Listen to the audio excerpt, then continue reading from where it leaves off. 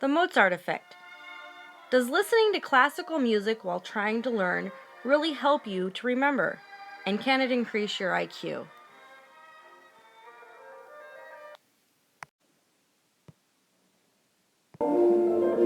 James. James. James. What are you doing? I'm increasing my IQ. In 1985, psychologist Stephen M. Smith created a study to determine if listening to music while learning had any effect on the way our brains retained information. Smith broke his subjects into 3 groups.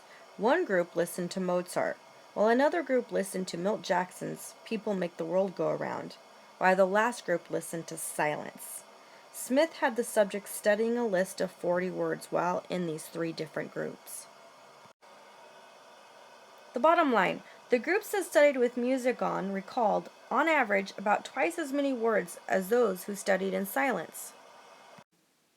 I know for me that this potential learning myth has had an effect on the way I have raised my kids. I made sure to have classical music playing in the background while I was pregnant in the off chance that classical music really did raise a person's IQ. And I made sure to buy all of the Baby Einstein DVDs that were set to classical music. Did it really help to improve my children's IQ? I'm not really sure. The jury's still out on that one. Apparently, I wasn't alone in my thinking. In 1998, the then Georgia Governor Zell Miller issued a bill that stated every single newborn must receive a complimentary classical music CD. In that same year in Florida, the government passed a law requiring that any state-funded daycare must receive 1 hour a day of classical music. In 1994, the Mozart effect started to lose a little steam. A study done at the University of California, Irvine concluded that short-term memory did not improve after listening to Mozart. This same test, however, did conclude that after one exposure to Mozart, spatial reasoning improved significantly. If the UC Irvine study caused the Mozart theory to lose steam, University of Vienna psychologists caused the Mozart study to hit a brick wall. The Vienna study on Mozart synthesized every scientific record on this subject. This systematic investigation included 40 independent studies.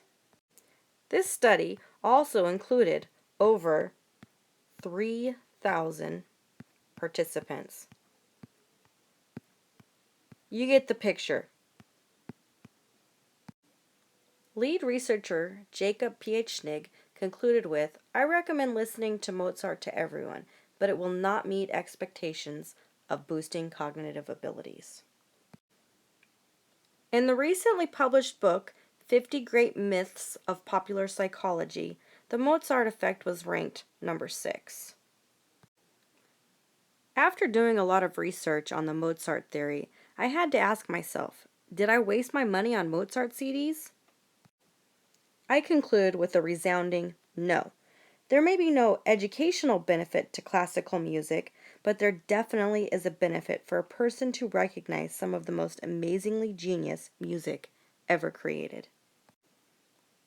The last question I ask myself is, what can you conclude about all the research you have learned about brain theory? Number 1, as an educator, I need to follow my gut instinct. Remember, trust your gut. Number 2, just because neuroscience says it's so, it doesn't mean it translates to the classroom.